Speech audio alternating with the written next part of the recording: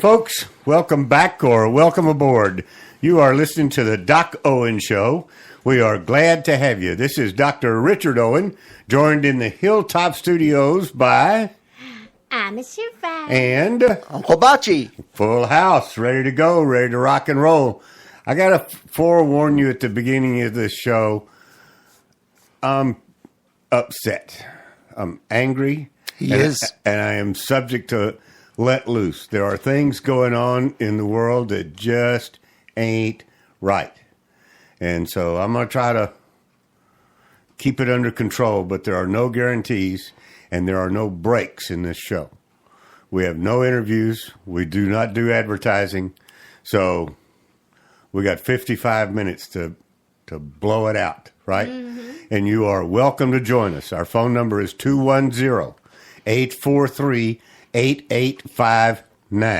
We would love to hear from you and join the conversation if you are listening to us live on Thursday night at 8 p.m. Central Time. If you're listening to us on one of our network shows, sorry, you missed it. They can comment on the show. They can comment on the show. They can go to Facebook. They can go to Spreaker. Twitter, they can go to Twitter. They can, yeah, you're exactly right, Ira. Good job. Live virtual comment. Good job. Mm-hmm. Put it out there.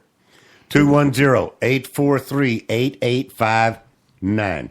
We are all over the social media as Doc Owen Show, DOCOWENSHOW.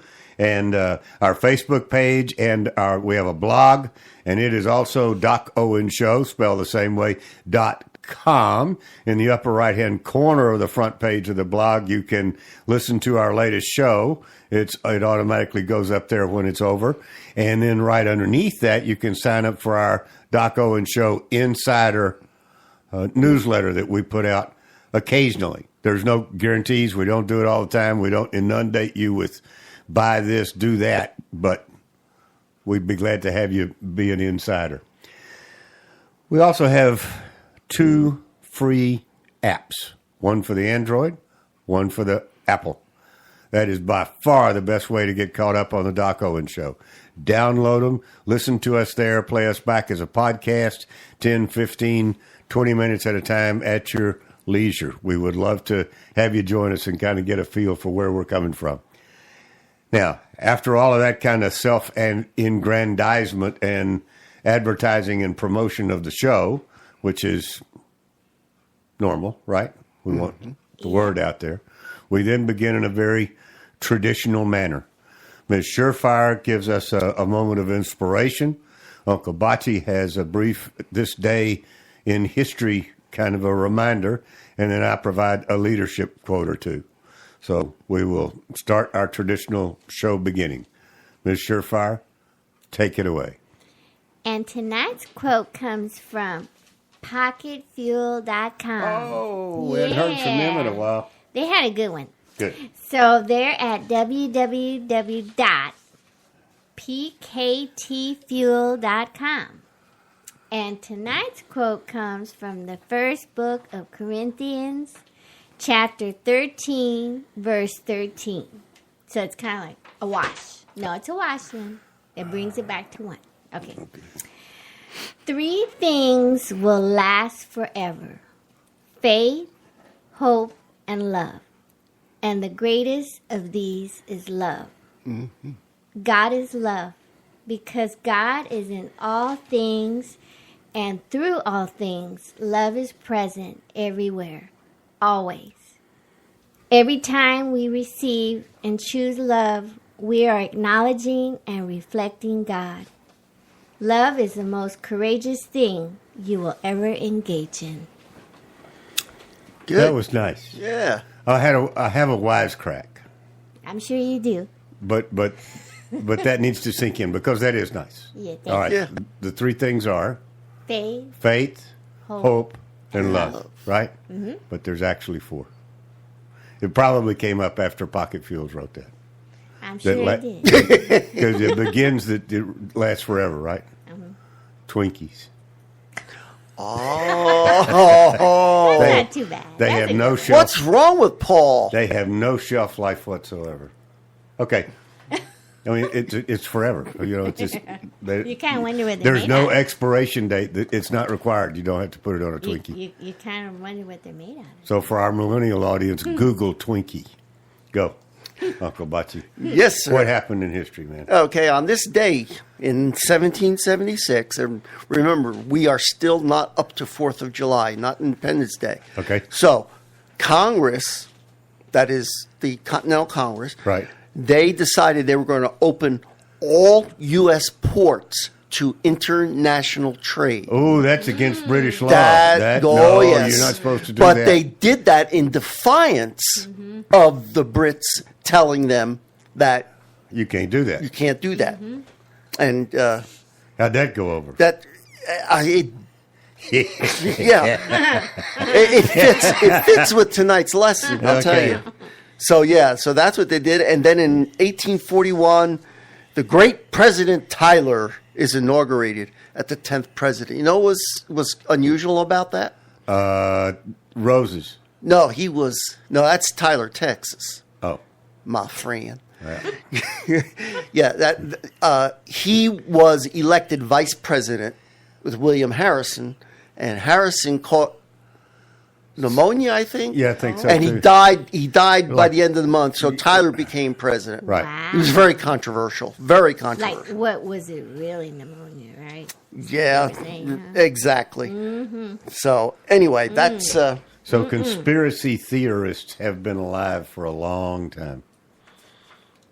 yeah, they have been. Okay. Okay. Oh, I'm next. That's That's why it. they keep looking at me.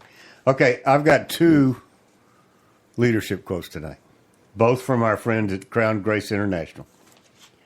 And actually, look at that, both by the same guy. How about that? Old friend of mine, Albert Einstein. Hey, Albert. The leader is one who out of the clutter brings simplicity, out of discord, harmony, and out of difficulty, opportunity. Nice. That's number one. Yeah, Einstein was an amazing person. Go ahead. Rumor has it, yes. The next one by Albert Einstein. Know where to find information and how to use it. That's the secret of success. There you go. That's Okay. right. So in today's world, his admonition has been shortened by the internet in particular, but internet search engines. However, I would submit to you that the challenge is even more difficult than it was in his day because of the amount of information. His how to use it has become much more difficult.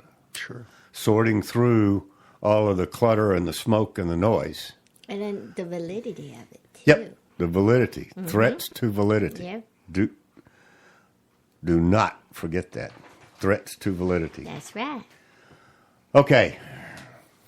Uncle Bocce, Yes, sir. you're going to give us a walk through history, I sure am. even though I left you off of the program chart. Did up you? on the I didn't board. even notice. How about I that? did, but you're Well, you're we're in luck. still We we're can still pencil here. you You're here, so I We'll happen pencil you I happen to be sane and sober enough to remember why you're here. Good. Good. Good.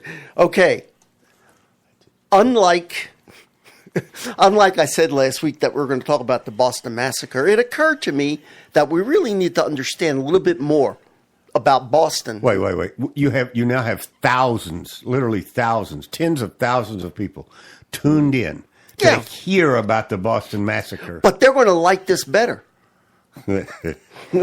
I guarantee you. Wait, I just heard some of them hang up the radio. No. You're not going to talk about.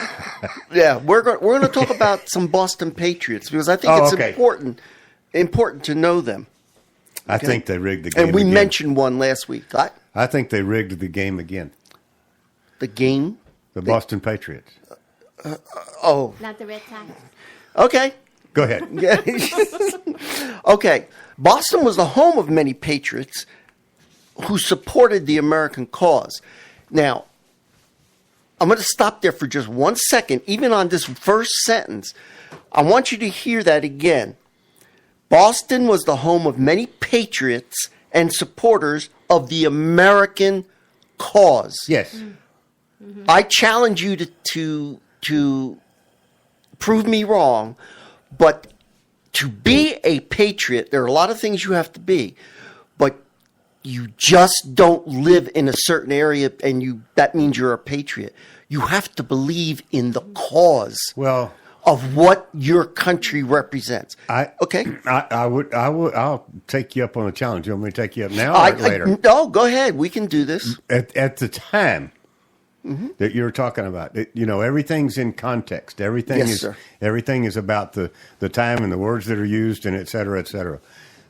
At the time, Boston and surrounding neighborhood was extremely patriotic. Absolutely. About America as opposed to Great Britain or anybody else. That's correct. Extremely patriotic. That's correct. It is only through a period of time that we lost our brethren to the the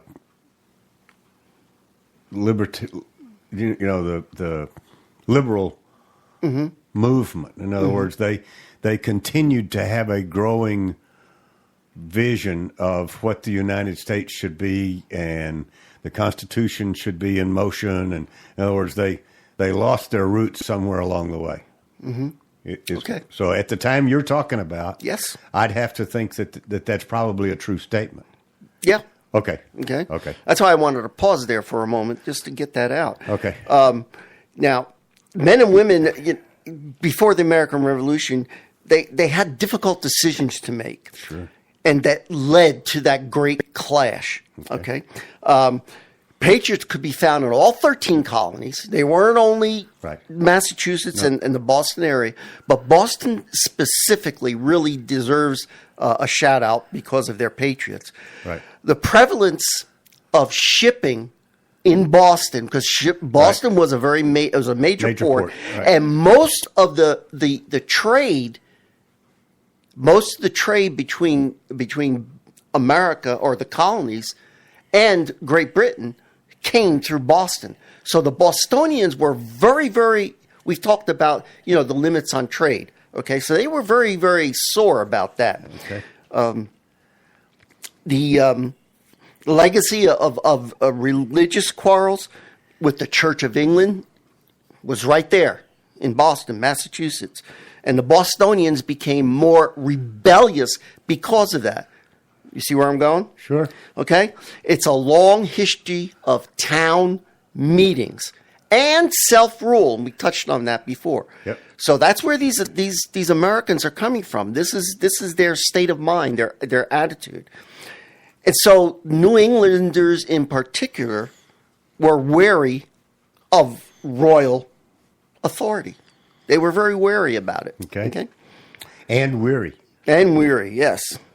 So the combination of these factors led the city of Boston to be the leading voice against British authority. Okay. All right? Yep. Furthermore, fierce patriots, now listen to these names, and we're going to talk about each one of these. Okay? And I want you to put on your thinking caps, and as we describe who these people were, see if you can match that person up with somebody today as a patriot. Okay? Yeah. So the guys we're going to talk about are James Otis. We mentioned him last week. We'll talk a little bit more about him tonight. Right. Samuel Adams. That's not the beer, even though he did brew some. Okay. John Adams, his cousin. John Hancock and Paul Revere. Okay. I mean, those are names, except for James Otis, those are names that, are in everybody's daily conversation. I know him well. I'm I know him well. Okay. Yes. So James Otis, he was a very quick-tempered person, very vociferous. There's one in every crowd. Wait. Hold on. Very what? He was vociferous. He was. He was sick. There was no treatment for that in those days, or what? No, he was not shy about saying how he felt. Okay. Kind of like you, Doc. So he voiced. And you are a patriot, so I made the connection. There you go. I appreciate that. I appreciate being identified with James Otis. I know his story. He was a smartass. Yeah. So Yeah. particularly when it came to British taxation. Go ahead. I'm But sorry. let's not make them look it up. Vociferous, voice, like voice, think voice, think voicing your opinion. Exactly. In other words, furious and voice. A furious voice is vociferous. There you go. Thank you. Thank you. Appreciate that. You're welcome. Thank you. Okay. And as early as 1761, Boston merchants hired him to provide legal defense against British search warrants. So he was very active in that sense. Okay. He wrote a pamphlet. It was called The Rights of British Colonists Asserted and Proved. That was the name of his pamphlet. And notice the connection with the British colonists. Right. Okay. Right. And that was one of his first legal criticisms of Parliament's taxation policies. Okay. Okay. He was a very large man. Okay, so you can imagine. So much for the analogy. He had a large heart for British liberties. Remember, the Okay. Brits did have liberties. Yeah, right. Yeah, okay. He was perceived by many in London to be a center of treasonous American activity. They didn't like him in the Parliament. They didn't like this man at all. The more I learn, but they, the more I like obviously this guy. they knew him, though. Yeah. So he was very vociferous. There you go. But Otis, he also saw himself as fiercely loyal to the British Constitution. Okay, so he had some loyalty there too. Once he stormed into Boston's Royal Coffee House to face drawn swords by the British. Okay. They stood up and they drew their swords on him. Well, to say the least, violence ensued. Really? They beat the living daylights out of this guy. They really did. They took him down. They punched him. They kicked him around. So much so that James Otis was never the same after that. And people noticed it. Okay? His mental capacity had gone down a little bit. Friends and admirers, they commented about his diminished verbal capacities. We just said he was vociferous. That must have been a real problem for him. Now, of Otis, this is what John Adams, our second president, said. In short, I never saw such an object of admiration, reverence, contempt, and compassion, all at once as this. I fear, I tremble, I mourn for the man and his country. Many others mourn over him with tears in their eyes. Poor Otis. Yeah. So That's too bad. Yeah. yeah, it is. Okay, and then guess what happened? In 1782, this vociferous man, beaten the daylights out of, he got struck by a bolt of lightning and boom, he's dead. Gone. So that American patriot Took him out of his took him out. Took him out. Yep. Okay, and we have time. I'll go on to Samuel Adams. So he didn't get to finish the back nine. He didn't get to finish the front nine. He didn't even start. That's where everybody gets hit by lightning is on the golf course. Oh, I see your connection. Aha. Okay. Okay. So then we have Samuel Adams. He was a writer and a propagandist. Samuel Adams championed the American Revolution in Boston, and he chaired the meeting that led to the Boston Tea Party, which we will talk about. Right. Okay. Along with his cousin, John Adams, Samuel Adams is one of the best-known Boston patriots. Yeah. He was perhaps the fiercest supporter of American liberty in the 13 colonies. And he wrote about it, and he was very, I don't think he ever ran for office, but he was very prominent. His mind drew a sharp distinction between the evils of the British Empire and simple American life. That's an eye opener in itself, Right. So he could see both sides. Rumor had it that the Boston Tea Party was just a promotional event to sell his beer. It could have been. It worked. Could have been. I'll research Do that. something on that. Yeah, absolutely. Okay, go ahead. Okay, his skills as a political organizer drove the colonies toward declaring independence. He pushed them. his common sense. No, that was Thomas Paine. I'm sorry. So yeah, he pushed us toward. He was a very, very big advocate of independence, Freedom, right? Yeah, freedom. He was rather unsuccessful in a series of pursuits to the revolution. Adams found his calling in organizing a rabble-rousing. That's what he was, a rabble-rouser, like rebel-rouser, or whatever. Yeah. He served as an active member of the Sons of Liberty and the creator of the first significant committee of correspondence. Okay. Okay, so as the revolution approached, the cries for Adams' head grew louder and louder in the streets of London. So you got James Otis, they cussing him up and down. Now you got Samuel Adams. We got to get rid of this riffraff. Okay, so just to allude to the Boston Tea Party, the destruction of tea is the pretense for unprecedented severity shown the town of Boston, but the real cause is the opposition to tyranny, Right. for which the people of that town have always made themselves remarkable, Right. and which I think the country is much obliged to them for doing that. Yep. Wish Okay. they were that way still. Yeah, exactly. They are suffering vengeance of administration in the common cause of America. That's what Samuel Adams said. How much Okay. time do we have? I have 3 more to do. Go ahead. Okay, so we'll John Adams. This is probably a little bit shorter. He was a second cousin to Samuel Adams. Okay. His early fame as He a was the quiet, studious one. I guess he was. Yeah. You know what I'm saying? Yeah. Yeah.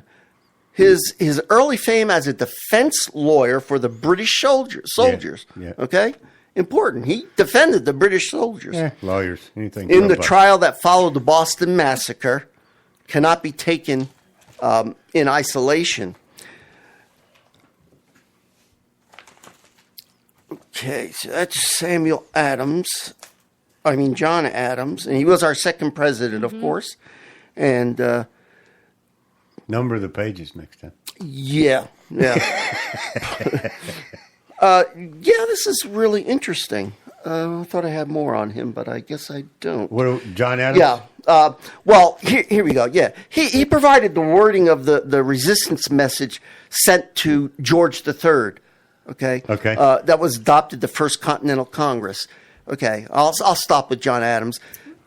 John and Samuel Adams represented the radical wing of the Second Continental Congress that demanded a taking up of arms against Britain. Oh. John Adams was also a member of the Committee of Five who drafted the Declaration of Independence. The original Freedom Caucus. The original Freedom Caucus.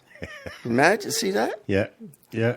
You know, see how we get entangled with history past and history today? Oh, I never doubted it. It's so. If any of you have thought of a person, as we've talked about these two, let us know who that person is today, who survives as a patriot. John Otis. You had 3. You had John Otis, Samuel Adams, and John Adams. John Adams. Okay, Right. And we still have John Hancock and Paul Revere to talk about, and I guess we'll pick them up next week. Okay. Is that fair? Well, or maybe later in the show if we run out of gas on other Okay, things. we can do that. We can do that. We'll dive into it. Okay. All right. A double dose of bocce. Yeah.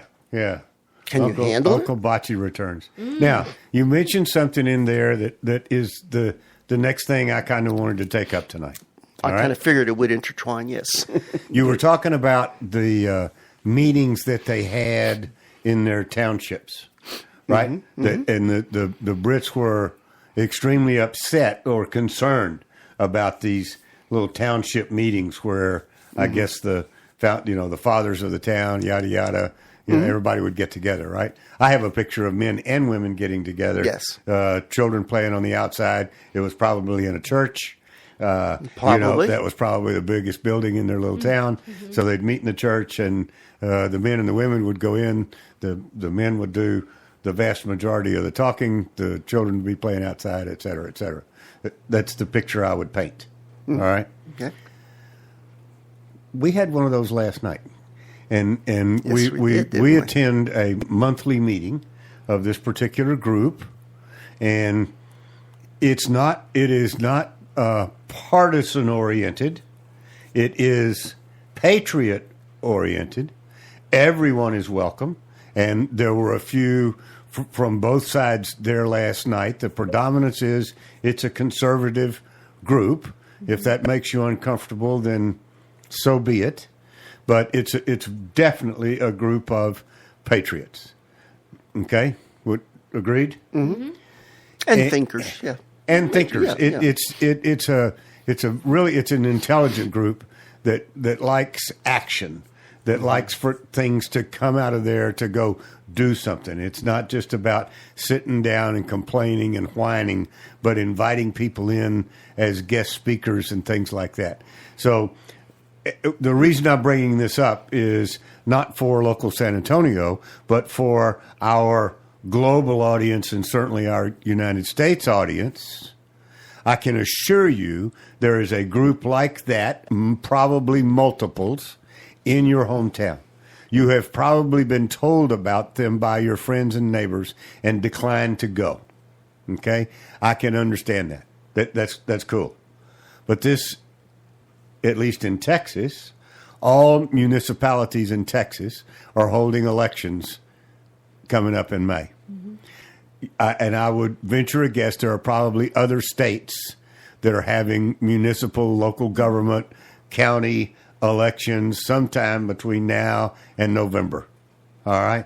I don't know. Mm-hmm. You know, you can Google it. You can find, but if you're out there and you're listening and you're nodding your head, yeah, it's going on here in June or whatever. Mm-hmm. Do yourself a favor, and for in approximately 30 days or 45 days ahead of that election, go to some of these meetings. I can assure you there will be forums or debates or things going on where the candidates will be available to you to answer questions. Sometimes you can deliver hard questions. That's what they're there for. We don't do enough of what they used to do in Uncle Bocce's era. Gee, thank you. Well, the era you talk about. Yeah, I understand. Right? We don't do enough of that. We take things for granted. Mm-hmm. We read about candidates in the newspaper. Is that true? Maybe. Is it the whole truth? Absolutely not. It's going to be skewed one way or the other. We read about them on the internet. Is that more true than the mainstream media? Maybe. Is it skewed in one direction? We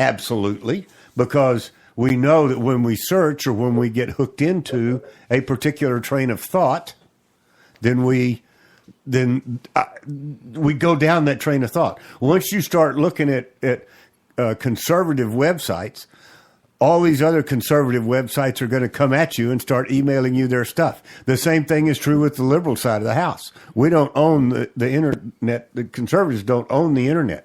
Liberals have their own channel on the internet. You know what I'm saying? You can go down that channel and get all sorts of information that is totally the 180-degree opposite of the information that a conservative is fed. How do you know which one's the truth? Mm-hmm. I can tell you what I do. I look for visual confirmation, and then I try to decide if that may or may not have been doctored to suit the audience, because both sides play. Mm-hmm. Right? Right. Mm-hmm.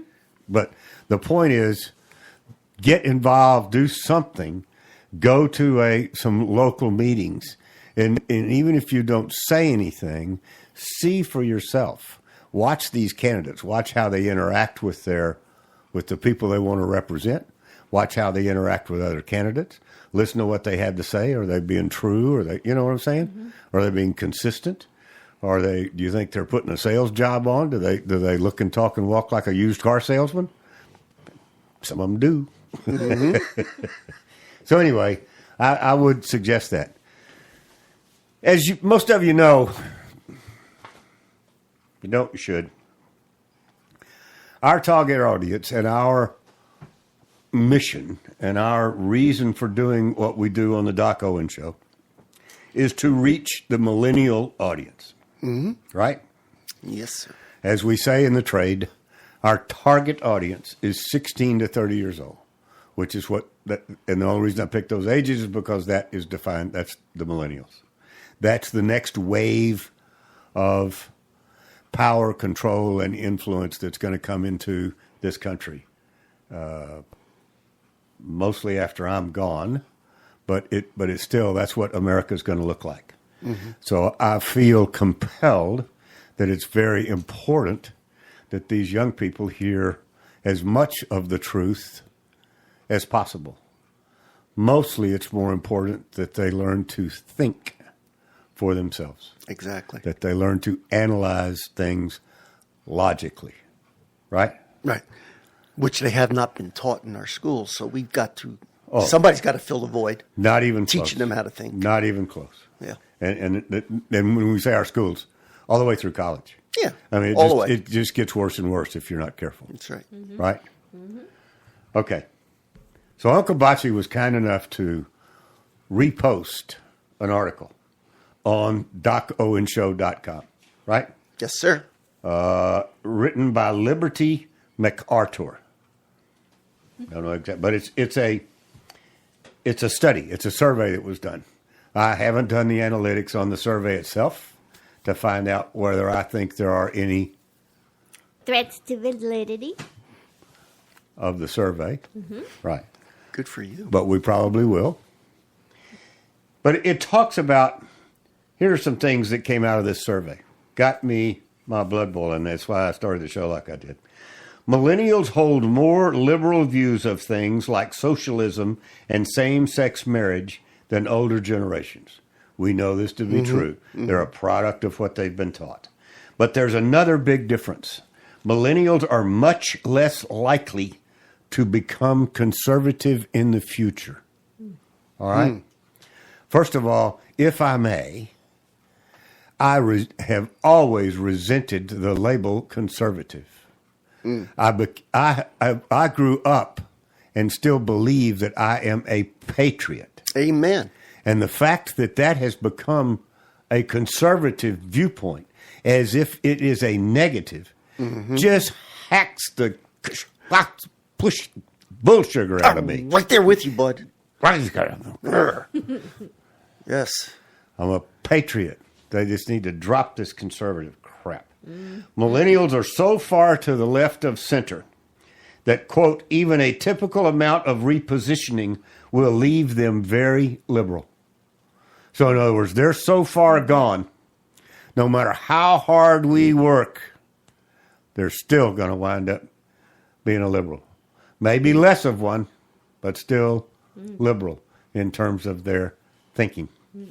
Which, by the way, when it comes to social issues, there are some things that I'm relatively liberal on social issues. Not many, but I have some. But what they don't get, or what they've not been taught, is when it comes to the United States and the law and fiscal responsibility and, little bitty detail things like that, there is no room for liberalism. 2 and 2 is 4. That's correct. Not 22. 2 and 2 is 4. End of discussion. There's no liberal interpretation of that. But they don't, literally. They'll argue with They will argue with They will. they absolutely they will. Yeah. It is unlikely that even 10% will ever hold a biblical world view. All right? What is a biblical world view? What? Ms. Surefire happens to have recently done a paper on, what is it, biblical world view? Yeah, Christian worldview perspective. Okay. But then also on the motivation theory of Abraham Maslow. But Okay. I can focus in on the description of a Christian worldview. Would you? That's what you want. Explain it to Okay, us. Yep. hold on. Let me get to it. All right. Okay. A Christian worldview perspective is an an inclusive origin of the world, a blend of all known beliefs from the view of a Christian. It is the method of comprehending reality. It is also, importantly, the foundation for effective and efficient management. Oh, there's a tie-in. Yes. Motivation, sorry. That's what it's supposed to be. No, I want that. Yep. A Christian worldview perspective incorporates biblical principles with a belief in God, forming a meaningful approach to, in this discussion, the similarity of the motivation theory of Maslow and its application in management. Right. Okay. I can go on, but I won't. No. Yeah. But You get the gist of it. we get it, right? Yeah. You get it, Bachi? Yes, sir. Okay. Then the audience gets it, right? Thank you, Alma. That was just like a little small, very small. Well, we know that. We don't. Yeah, we're right. Yeah. Some more percentages, some more outcomes of this survey. But I think it was important that we understand how far away from a biblical worldview, as just described by Ms. Surefire, that these millennials are, which completely short circuits their ability to think logically. Mm-hmm. Yes. Do you follow me? Yes. They have no foundation. They can only remutter what they've been muttered to. They have no baseline. They don't have no grounded beliefs. Exactly. There you go. That's the whole idea. They don't. That's unfortunate. Yes. But I don't think it's terminal if we can go to work, which is why Doc Owen Show is here. That's right. In our own little, tiny little nest, we try. Only 59% of millennials identify as Christian. This compares to 72% of adults from older generations. 59%. At least it's a majority. But as would have it, it's a peer-to-peer operation. So 59% has a whale of a lot of work to do in front of them with their brothers and sisters. Yeah. And Okay. you also have to think the quality of what their views are as opposed to those who came before.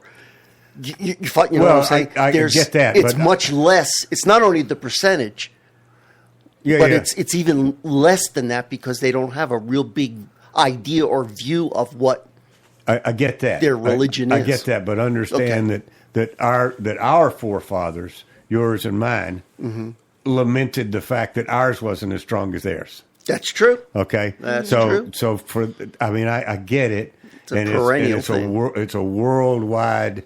That's why it's a worldwide issue. That's right. Is because it's watered down on a global basis. Good for you. Okay. All 33%, only, 33% of millennials, in other words, 1 in 3, are born again Christians. Now, I would submit to you that's because they're not old enough.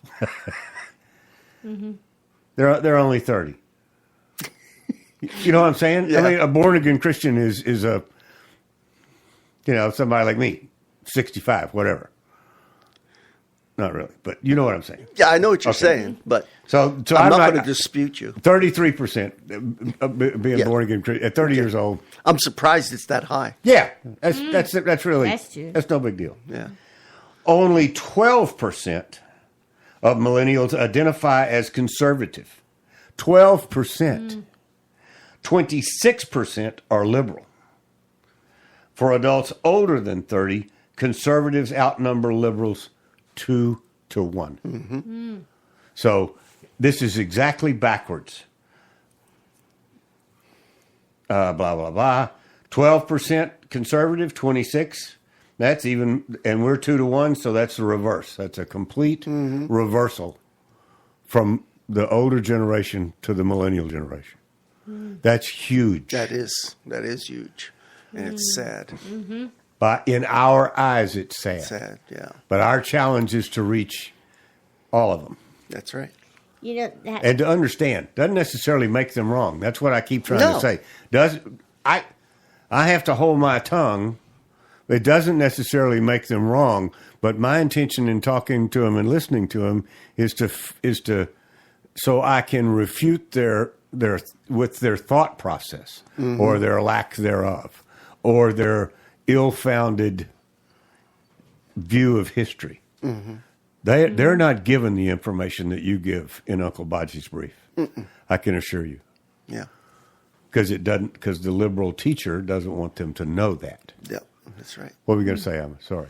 No, I was just thinking this is a very small portion of the paper I wrote, but it's from the university I'm going to, and I was this is already my third type of organization, university, school that I'm in, and I was really surprised that they're really focused on the Lord and God, and they incorporate in all my courses at least some portion of it relating to God, and I think that's really important.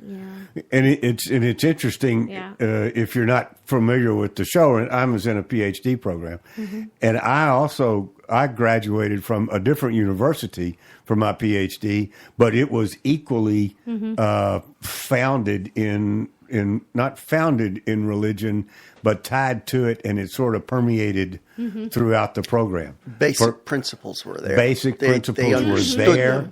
I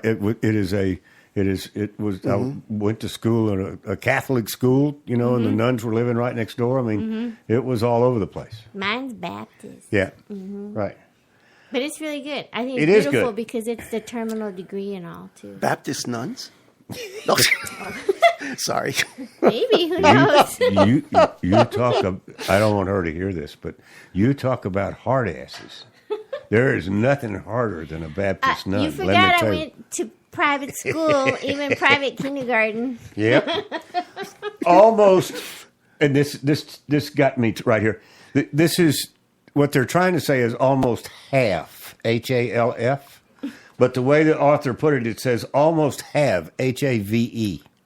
So I don't think that's a typographical error. I think he was doing one of those, talking it into his computers, and it was converting it to the written language. So it's almost have.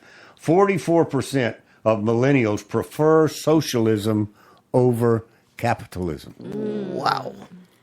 Well, see? Ouch. But that shows you how much of a capitalist I am. That's That's great. That's our reaction. That's great. That means 56% are going to rule the world.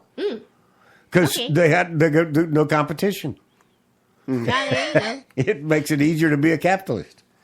That's good. As many as 15% of millennials identify as glibet. Look it up.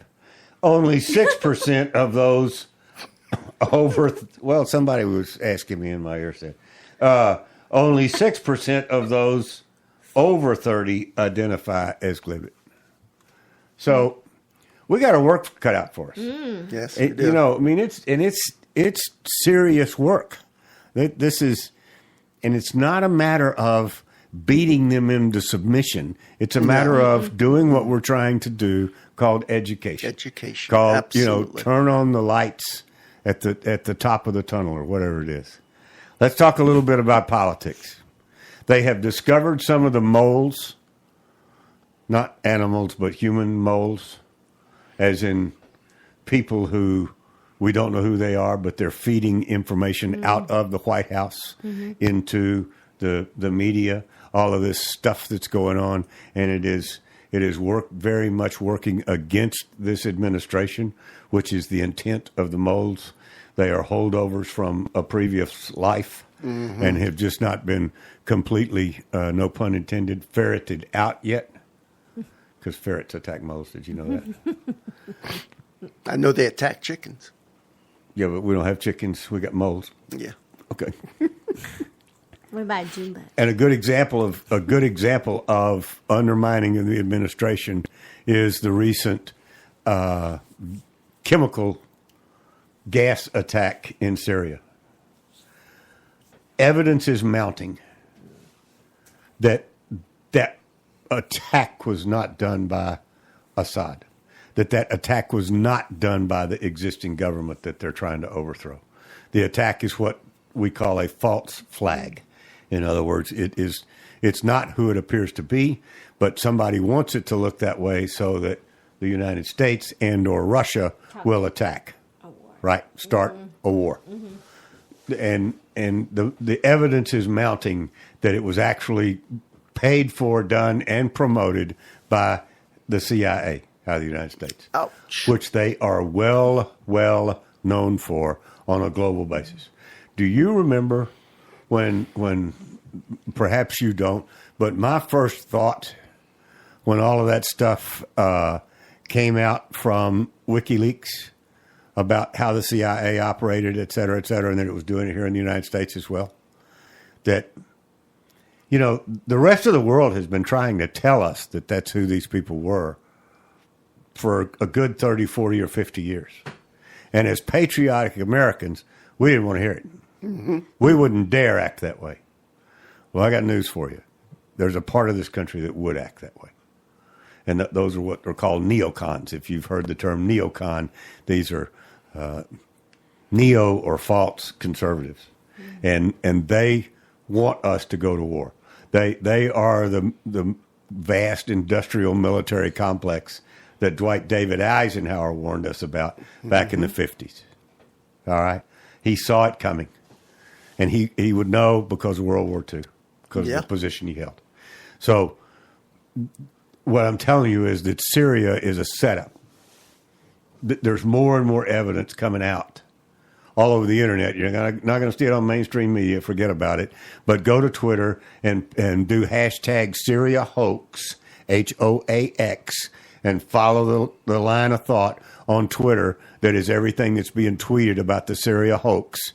There are pictures. There's all kinds of stuff being put out there by very independent journalists, not even journalists, just people that are saying this is bull sugar and begging Donald Trump not to get involved, begging the United States not to get involved. It's a setup.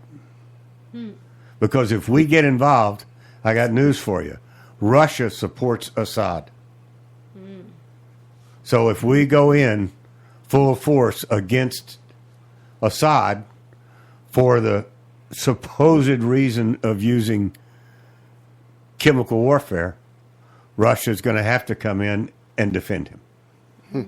And that's going to get real ugly real fast. Real fast. And think about this. That's what a lot of the people are pointing out. Assad, the ruler of Syria, has absolutely no reason whatsoever to use chemical weapons on his own people. They're not attacking him. ISIS is attacking him. And everybody knows that we paid for that. We set that up. We being the United States. Mm-hmm. That's what the false flag in Libya was all about. Vachi and I were talking about it earlier. What exactly and we went through the litany. What exactly did Libya do wrong to make us attack them? What did they do wrong? Nada. Were they manufacturing nuclear weapons? Sir. No. Were they attacking us and supporting terrorists? No. Absolutely not. They were doing nothing to provoke us. They were actually cooperating. That's exactly right. Yeah. Ronald Reagan scared the kapuki out of them, and they gave it up when Reagan buzz-bombed his house within 48 hours of that airliner attack over Great Britain. Scared the... And Gaddafi knew he had a good thing going, and that was it. And killed one of the daughters or something. Yeah. All right. So there was absolutely no reason for us, no apparent logical reason for us to be there. So why did we lose 4 valiant American citizens, including an ambassador and 3 others trying to protect him? The only reason that happened was because the CIA was running guns out of Libya into Afghanistan and beyond, i.e. Syria, and that was their point of export out of there. They'd take them in there and then ship them the rest of the way up. That's why we went in. And these are facts. This is not me dreaming conspiracy theory. These are facts. This is long after all of the information has come out. All I'm doing is trying to help you connect the dots. Yeah. All right. And my concern is the same things going on with Syria. So going back to our millennials, going back to, where we started the show. You got to learn how to connect the dots. You can't fall for everything that's thrown out there in front of you. That's right. You can't. You just can't. No. It's a very dangerous thing to be in. Absolutely. All right. I just said that's a Brazil nut. It's a hard nut to crack, to accept what you just said, because we think of America as being so benevolent. Oh, I will tell you what a knock in the head it was for me. Oh, I'm sure it was. About the CIA. And it's not that it hasn't been obvious to me, because I am and have been since I was in my 20s a conspiracy guy. I always read between the lines. I never thought they were telling the truth. Never. Ever since Vietnam. I knew that they were up to something, but I couldn't prove it. I didn't have the time. I had to work for a living. You follow me? Mm-hmm. Nowadays, I can start to prove it because I have access to a computer. I can, maintain my daily life and still do my research. And it's much easier to come up with the information, the alternative information. Now I'm confronted with, which is true. Yeah. Yeah. Mm-hmm. Now, now I've gotten a little smarter, a little older, a little wiser. I don't necessarily buy anything I'm told. Mm-hmm. So you're left out there to think for yourself, and you can do that. It's just more challenging. But that's what I was talking about, the logical conclusion of why would Assad attack his own people with chemical weapons when they weren't attacking him. And by the way, if you look at the cleanup operation of the people that are helping the children in the streets, they're not wearing gloves. They're not wearing gas masks. They're not wearing any protective clothing whatsoever against this supposed chemical attack. Seem a little strange to you? Very strange. Yeah, me too. Yeah. So, was it a chemical attack or wasn't it? But unfortunately, there are probably a whole lot of people around Donald Trump telling him, we got to do something about this. We got to respond. We can't let them have chemical warfare, blah, blah, blah, blah, blah, blah, blah. And it's just constant. You know how it is at work when you're up against somebody that has the ear of the boss and you don't. You're holding the truth, but somebody else has the ear of the boss and is constantly telling them, that you don't know what you're talking about. You don't know what you're doing. You're lazy. You never show up on time. You take a long lunch. You do this. You do that. Blah, blah, blah, blah, blah. So by the time you get in to see the boss is like, not going to listen to you at all. Forget about it. And that's what some people fear, myself included, is going on with Trump. So, I would submit to you, we need to pray for our president. We need to pray for the office of the president that he'll be able to crack through and come up with some wisdom to try to, hold off and just kind of let the situation, let the truth prove out. I did not get into a chance to. My final topic was going to be ethics. I must have talked too long about other things. Maybe we'll pick it up next week. We have another show next week. That's right. Good Lord willing, and the creeks don't rise. We will be back next week. So, how would you like to close? You can find Uncle Bocce at UNCLEBACI at Doc, right? Uncle Bocce at DocOwenShow.com. I am Doc at DocOwenShow.com. And Ima, is it Ima or is it Ima Surefire? At Doc, it's just Ima. Yes, Ima. So Uncle Bocce is the only one that gets two names in his. What can I say? Hey, and I'm also on Twitter, as too. if there was going to be a Bocce at DocOwenShow.com. That's not the uncle. Okay, anyway. we're glad you stopped by. I hope we didn't rant and rave too. Front row. Time to go. You have been listening to the Doc Owen Show. Thank you so much for having us. We really appreciate it. Now go out there this week and take care, pay attention, and God bless. Bye-bye, folks. God bless.